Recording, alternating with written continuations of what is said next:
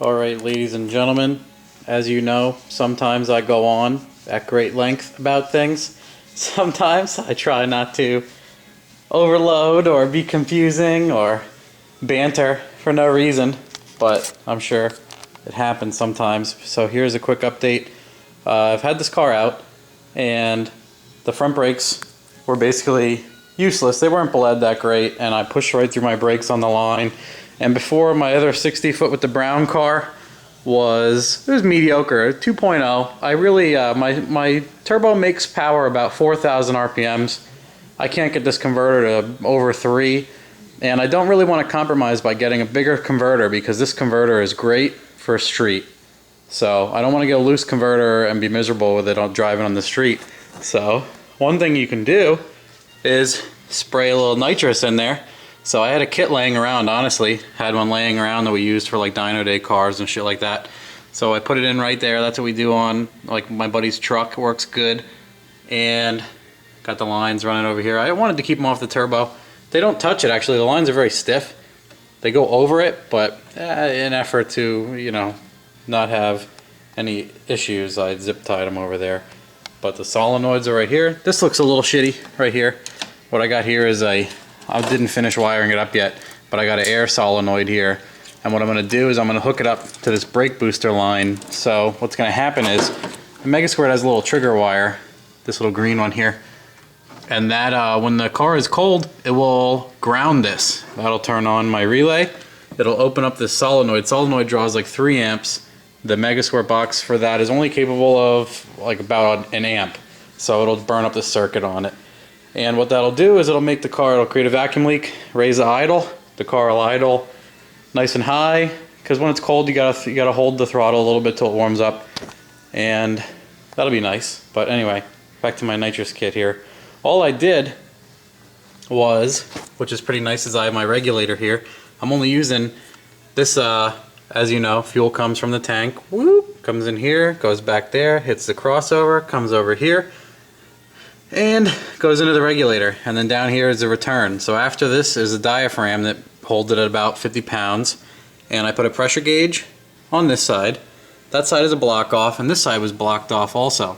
So what we did is we got a 3/4 thread bushing, goes from 3/4 thread to 1/4 thread, and then I basically have another fitting here that goes from 1/4 to 4 AN. And then I had this laying around. It was for my motorcycles, 5-foot line. So I hooked that up. I was using it for nitrous, but it'll work great for fuel too.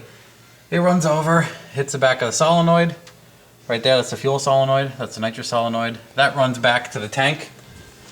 Well, there's no tank in the back right now, but that's the feed line that runs back to the trunk. I got it through there, and I got a guy right here. So I got bottle brackets coming tomorrow. I'm gonna put a 10-pounder. I got a couple 10-pounders, so one of them's gonna go here.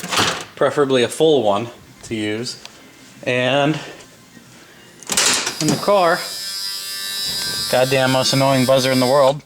Anyway, take this key out. How's that? If I hold the door thing, I can't really use my hands. What I did was put a little switch in here that powers the nitrous kit. Basically, this controls the ground wire. It's powered all the time. Keep it off, just to make sure. Don't want to get surprised. That would be bad. Ha! In the car, these yellow wires come on when the key comes on. This is what I'm using for the fast idle valve. A nice heavy gauge wire that already gets power from the battery. So this one is attached to the other sides of the solenoids. And then this one goes in. I have it going into the car on these black wires, and it comes back out of the car. And then it hits a micro switch. So basically, it gets power all the time, and there's a switch in the car that controls this ground wire here. So when you turn the switch on, the nitrous doesn't come on until this ground wire hits right here. This is from inside the car. There's another one back here, and this just runs over and gets grounded onto the battery terminal basically. And what happens is you can drive around and you can go wide open throttle and nothing happens because the switch in the car is eliminating the ground wire from working. So as soon as you hit that switch in there, when you bring this up, I don't know, it works about 80% throttle. That's where I want it. Hear that click? Boop. turns on the ground for the nitrous kit. You just floor that bitch and you get spray. What I'm going to try to do is get this car to 60 foot good. I don't really care about going down the track with the spray so much. So what I'll do is I'll probably spray first gear just so I don't waste a whole lot of bottle. I mean, I'll make one pass and they'll kick me out of the place, so there's no point in that. I already know they're going to get pissed off about that. So I might as well just see, you know, change the jetting up and down until this car 60 foot's really good. And then the next order of business, I'd like to cut like a 1.5. I don't think that's out of the question. If I start cutting low 1.6s right away, I'll be pretty fucking happy. But a 1.5 would be awesome. The car will fly if it hits a 1.5 60 foot. And then what I want to do is, since on the street with these little tires, I don't have bigger tires mounted up, it spins them so bad I can't really adjust my damn boost controller. So I'd like to get my boost set up at the track with the big tire and get it right around 20 pounds and then spray it out of the hole to build boost, to launch it hard.